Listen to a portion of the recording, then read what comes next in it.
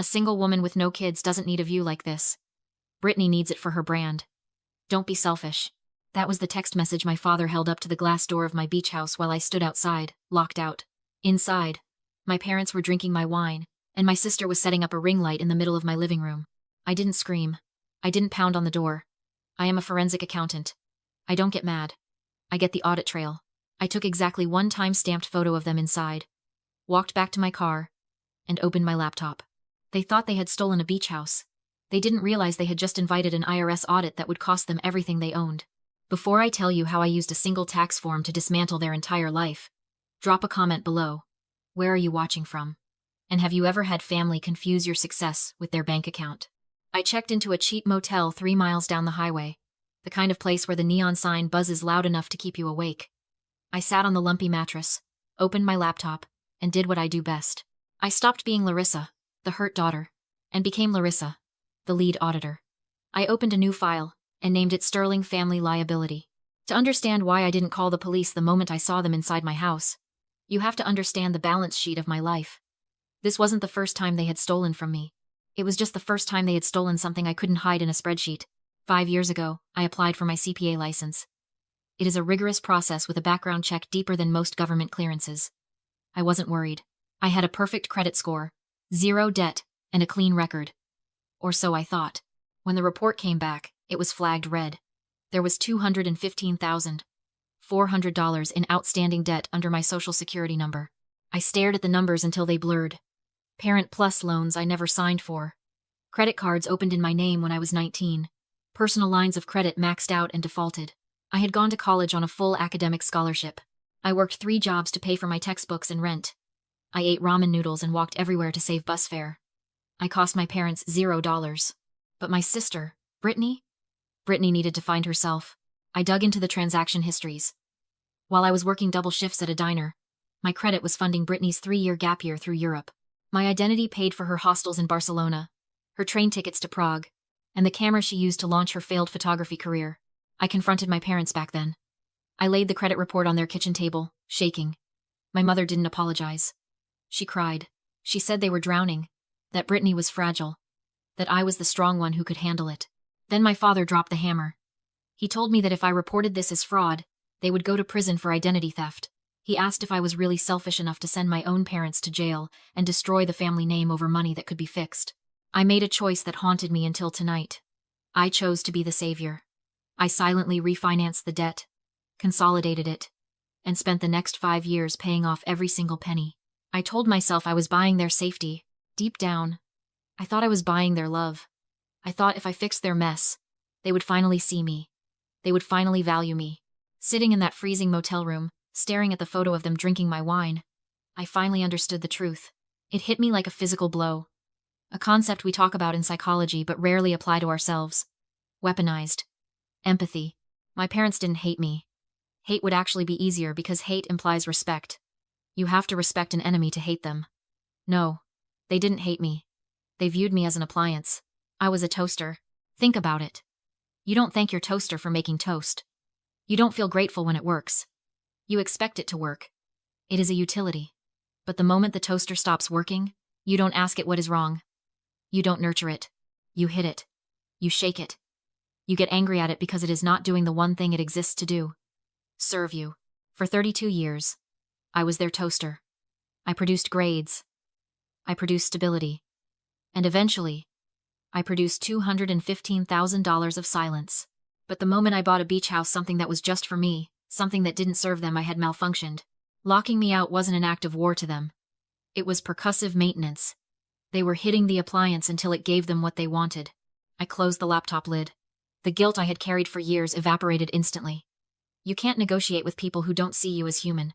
You can only decommission them. I slept for 4 hours, dreamless and cold. When I woke up, I wasn't sad anymore. I was ready to audit them into oblivion. The next morning, the sky was a bruised purple color as I pulled into my driveway, this time with a sheriff's deputy following close behind. I felt a grim sense of satisfaction. I had my deed, my identification, and the law on my side. I thought this was the end of it. I thought I was about to watch them get escorted off my property in handcuffs. I was wrong. I underestimated how much effort a parasite will exert to stay attached to its host. When the deputy knocked, My father opened the door wearing my bathrobe. He didn't look scared. He looked annoyed, like we had interrupted a very important meeting. "Sir," the deputy started. "This is Miss Sterling's property. She states you are trespassing." Ronald didn't even look at me. He just held up his phone to the officer. "There must be a misunderstanding, deputy. My daughter travels for work constantly. She asked us to house sit. My daughter Brittany has been living here for 3 weeks." "That's a lie," I said, my voice steady but cold. "I never authorized that." "Then why are all her Amazon packages here?" My father pointed to a stack of boxes inside the foyer, all labeled with Brittany's name and my address. Then he delivered the kill shot. He tapped his phone screen and showed the deputy a PDF. "And here is the electric bill. I switched it to my name 2 weeks ago when the previous cycle ended, just as we agreed." I felt the blood drain from my face. I realized what had happened. 2 weeks ago, I was in Chicago on an audit. I hadn't checked my personal email. He had used my social security number, the one he knew by heart, to transfer the utilities. The deputy's posture changed instantly. He stepped back, putting his hands on his belt. "Ma'am, if they receive mail here, and the utilities are in their name, they have established residency. This is a civil matter. You will have to go through the eviction courts." "They broke in," I said, pointing at the smart lock. "Looks like a tenant dispute to me," the deputy said, already walking back to his cruiser. "Take it up with a judge." As the squad car drove away, the door opened wider. Brittany stepped out, her phone raised, recording me. "Guys, look at this," she said to her followers, narrating me like I was a zoo animal. "My toxic sister is trying to kick her own family out on the street. She has a $2 million house, and she won't even let her parents visit." I stared at her. She was wearing my cashmere sweater. She looked triumphant. But it was my father's expression that chilled me. He stepped out onto the porch, close enough that I could smell the expensive coffee he had brewed with my machine. "We did this to protect you, Larissa," he said, his voice dropping to that patronizing tone he used when I was a child. "You work 80 hours a week. You are never here. You don't know how to enjoy a place like this. You are just hoarding it." I almost turned around and left right then. But my eyes caught something through the open door. On the kitchen island, amidst the clutter of their invasion, was a pile of mail they had brought with them from their own house. Sitting on top was a bright pink envelope. I recognized it immediately. In my line of work, pink envelopes from the bank mean one thing: notice of default. The world stopped spinning. The pieces clicked into place with the precision of a deadbolt sliding home. They weren't just greedy. They weren't just entitled. They were broke. They weren't stealing my house for content or family time. They were stealing it because they were about to lose their own. They were drowning. And they had decided to use my life as their life raft. "You're right, Dad," I said. It was the first time I had spoken directly to him since the text message. "I do work too much. I should probably go fix that." I turned and walked to my car. I didn't look back at Brittany's camera. I didn't look back at my father's smug smile. He thought he had won. He thought he had successfully bullied the toaster back into service. He didn't know that I had seen the pink envelope. And he definitely didn't know that by claiming residency, he had just given me the legal standing to investigate his entire financial history. He wanted to play house? Fine. We would play by my rules now. And my rules are written in the tax code. Back in my city condo, I didn't cry. I didn't pace. I made coffee black, precise, scalding, and turned my dining room table into a war room. The civil matter the deputy had mentioned? That was the slow lane. Eviction in this state could take 6 to 12 months, especially with squatters claiming residency. I didn't have 12 months. My parents were desperate. And desperate people destroy things. If I let them stay, they would strip that house to the copper wiring before the sheriff ever showed up. No. I needed the fast lane. I needed leverage so terrifying that they would run from my property voluntarily. I needed a kill shot. I logged into the federal court's public access system. As a forensic accountant, I spend my life tracking money that people try to hide. The trick isn't looking for what is there. It is looking for what is missing. I knew my parents were broke now. The pink envelope proved that, but I needed to know the history of their failure. I needed to know how a couple who made 6 figures for 20 years ended up destitute. I started pulling their filings. Credit reports, lien searches, court dockets. And then, I found it. The smoking gun. It wasn't a hidden bank account. It was a public confession. In 2019, the same year I bought my first condo, Ronald and Deborah Sterling had filed for Chapter 7 bankruptcy. I stared at the PDF on my screen, scrolling through the pages of their financial humiliation. They had discharged $80,000 in credit card debt. They had wiped out medical bills. They had pleaded poverty to the federal government. But here was the kicker. On Schedule AB, line 20, where it asks about cash on hand or safe deposit boxes, my father had checked none. He had sworn, under penalty of perjury, that they had zero assets. I leaned back in my chair, a cold smile touching my lips. I remembered 2019 vividly. That was the year my father told my extended family at Thanksgiving that he had quietly helped me with my down payment. He loved playing the benevolent patriarch, telling aunts and uncles he had slipped me $50,000 in cash from his private consulting stash to get me started. It was a lie. Then I bought that condo with my own savings, but I had let it slide to keep the peace. I let him buy his dignity with my silence. But now?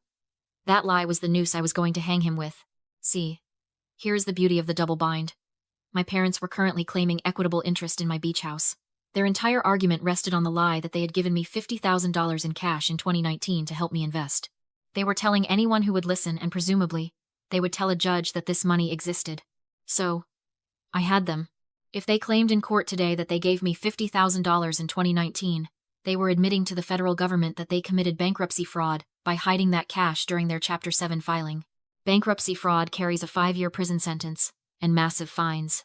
If they admitted they didn't give me the money, then they had no claim to the house, and they were committing perjury in the current deposition. They had to choose. Were they liars then, or are they liars now? Either way, they were done. I opened my email client. I didn't send a cease and desist. I sent an invitation. Subject: settlement offer. Dad. Mom, I am tired of fighting. I am willing to settle. I will add Brittany to the deed and allow her to remain in the home indefinitely. But I need to justify this to my business partners. I need proof of your financial contribution. If you can prove under oath, on the record, that you provided the $50,000 seed money you have always talked about, I will concede. My lawyer has set up a deposition for Thursday. Bring your evidence. I hit send. My pulse didn't even jump. I wasn't gambling. I was the house. The reply came 3 minutes later. From Ronald Sterling. Subject: settlement offer. Finally. You are seeing reason. We have the ledger. We will see you Thursday. Don't be late. I closed my laptop. He sounded so triumphant. He thought he had bullied me into submission. He had no idea he had just RSVP'd to his own funeral. The conference room at Vance & Associates was designed to intimidate. It was on the 42nd floor, glass-walled, air-conditioned to a crisp 68 degrees, and silent enough to hear a pin drop. Or in this case, silent enough to hear the court reporter's fingers flying across her stenotype machine. My parents arrived 15 minutes late, dragging Brittany along like she was a character witness rather than a squatter. They looked out of place against the sleek mahogany and steel, but they compensated with volume. Ronald wore his Sunday suit, the one that smelled faintly of mothballs, and Deborah was clutching her purse like she expected me to snatch it. "This is ridiculous," Ronald announced as he sat down across from me, throwing a heavy folder onto the table. He didn't look at me. He looked at Mr. Vance, my lawyer. "We could have settled this at the kitchen table, but my daughter prefers to waste money on high-rise lawyers. It is that corporate ego." I said nothing. I sat with my hands folded on top of my closed laptop. I wasn't there to argue. I was there to witness. "Miss Sterling," Mr. Vance said, his voice smooth and dangerous. "Are you comfortable proceeding?" "Yes," I said. Mr. Vance nodded to the videographer. "We're on the record." The red light blinked on, ready to capture every lie. The opening questions were deliberately dull. Names, addresses, relationships. My parents answered with bored irritation. Brittany scrolled on her phone, sighing theatrically. Then Vance leaned forward. "Mr. Sterling," he said, "you claim an equitable interest in the property at 442 Ocean Boulevard because you provided my client with substantial financial assistance. Is that correct?" Ronald adjusted his tie and smiled at the camera. "Correct. We gave her $50,000 in cash. Seed money. When? November 2019. We kept it in a safe. Private consulting income. We don't trust banks. And proof?" Ronald slid a wrinkled yellow ledger across the table. "Handwritten. Signed. We keep records." The forgery was obvious but irrelevant. "So," Vance said calmly, "you're testifying under oath that in November 2019, you possessed $50,000 in cash and gave it to your daughter?" "I am," Ronald said loudly. "I helped her when she was nobody." He leaned back, triumphant. Mr. Vance wasn't looking at the ledger. He was looking at me. I opened my laptop and connected it to the monitor. "Since we're on the record," I said, "I'd like to introduce Exhibit B." The screen split. On the left, Ronald's handwritten ledger. On the right, a federal document. United States Bankruptcy Court Discharge of Debtor. Dated December 2019. "Dad," I asked, Do you recognize the document on the right? That's old paperwork, he said quickly. Irrelevant. Actually, I replied. It's decisive. In that filing, you swore under penalty of perjury that you possessed $0 in cash or safe-held assets to discharge $80,000 in debt. I pointed at the screen. Today, you testified that you secretly held $50,000 at the same time. The room went silent. So? Ronald snapped. I forgot to list it. No, I said. You've created a double bind. I raised one finger. Option A. You're telling the truth today, which means you committed federal bankruptcy fraud. 5 years in prison. $250,000 fine. Second finger. Option B. You lied today to steal my house. That's perjury. Also a felony. His face drained instantly. And there's more. I continued. You just admitted to undeclared consulting income. I advanced the slide. An IRS Form 3949A completed, unsent. You never reported a consulting business. If that cash existed, you committed tax evasion. Brittany's phone was face down now. The safety net was gone. I'm a licensed CPA, I said. I'm a mandated reporter. An audit would cover everything, including the church hardship funds you've lived on for 3 years. My mother sobbed. Please. We're your parents. No, I said. You're squatters. And felons. I slid a document across the table. Voluntary dismissal with prejudice. You renounce all claims. Vacate immediately. No contact. And if we don't? Ronald whispered. Then I send the transcript to the U.S. trustee and the IRS. He signed in seconds. So did my mother. 2 hours later, I watched from my car as a sheriff enforced the eviction. Brittany screamed at the deputy while clutching a ring light. My parents loaded clothes into their sedan, arguing as their story collapsed. I sold the house 2 weeks later for $2.4 million. Paid off the mortgage. Cleared my credit. Moved. Changed numbers. And because ethics aren't optional, I reported the crimes. The IRS audit arrived a month later. I didn't just win a lawsuit. I audited my way to freedom.